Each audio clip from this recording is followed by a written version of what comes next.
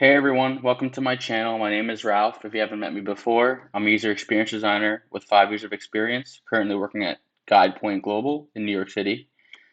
Today I'll be discussing how to overcome creative block and procrastination when it comes to user experience.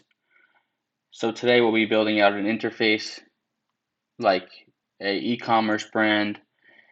Just going to show you a process of how to get over the hump of actually putting something on the page. And yeah, so the process that we're going to be following is Atomic Design. You can check it out at atomicdesign.com. So this method is pretty useful. It talks about how to break down parts of a page and components. So atoms, which is a singular individual component, molecules, which is built up of a few components, organisms, which is like an entire feature on a page built up of molecules, templates, which is just a bunch of organisms built together, and pages, which is the whole user experience that you're interacting with.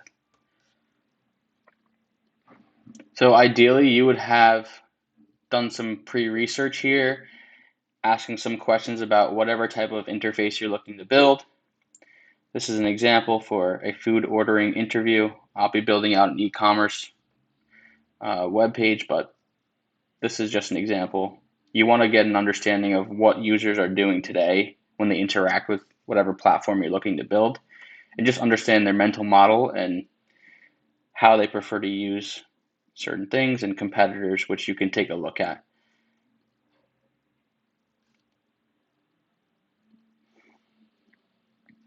So to get started, once you have your research done, or if you're just building out a basic UI for your portfolio, you can skip that part. Ideally, it's not recommended, but once you build out your portfolio, you can get jobs, right? So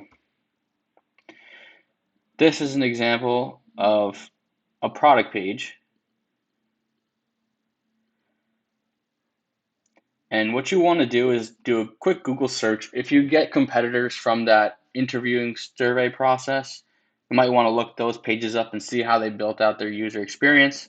But for example, this is an e-commerce product page, and you can grab any examples that you'd like. They follow typical formats which you want to observe, and we'll be using that format in this process. This is just a quick start, how to get something on the page, and then if you want to run usability tests on this, that's a good idea.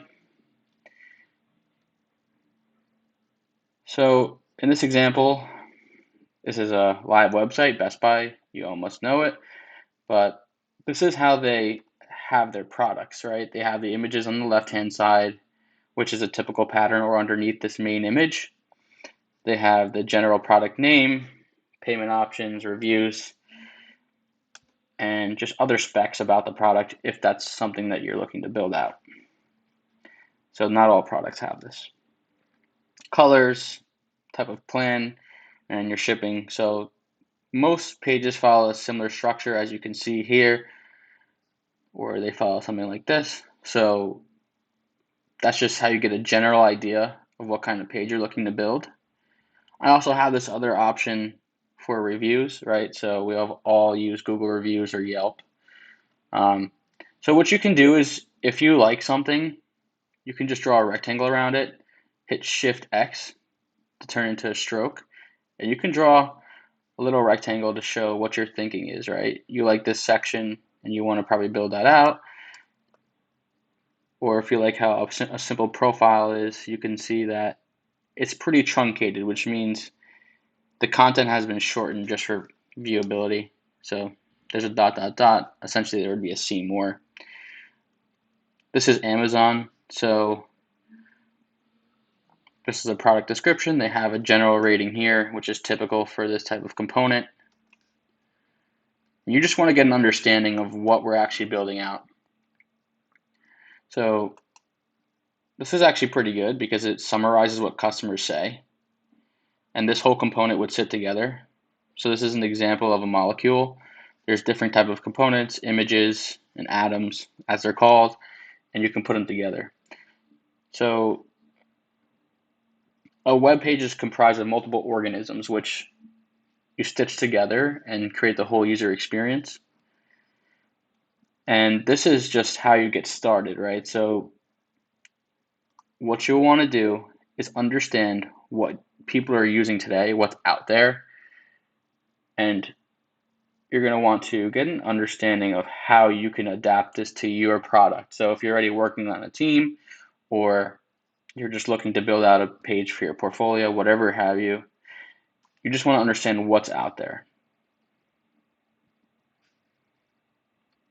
These are just other Google reviews. You can see how the information is organized, the hierarchy, and the architecture. So that's one way of understanding what's out there. The next step would to be draw a frame, or if you want to grab an exact size of the frame, we're going to start out with wireframes. You can hit F on your keyboard to show all the frame sizes. You can get started with just a basic desktop frame here. And we can take any image from our mood board. There's a couple ways to do this. If you just want to draw some rectangles designating what spots you're looking to build out, so this could be product image.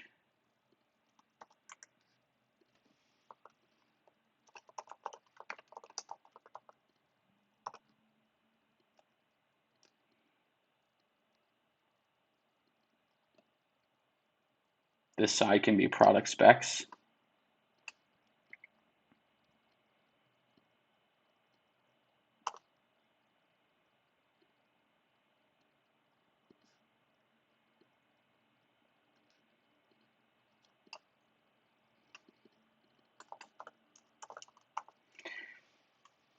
And then underneath it, we can have the purchase workflow. So whether you add it to the cart or just buy it outright, similar to what Amazon has.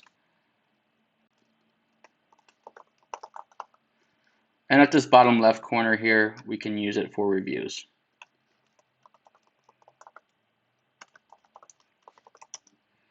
So this is just a basic structure of how to understand what to start out with.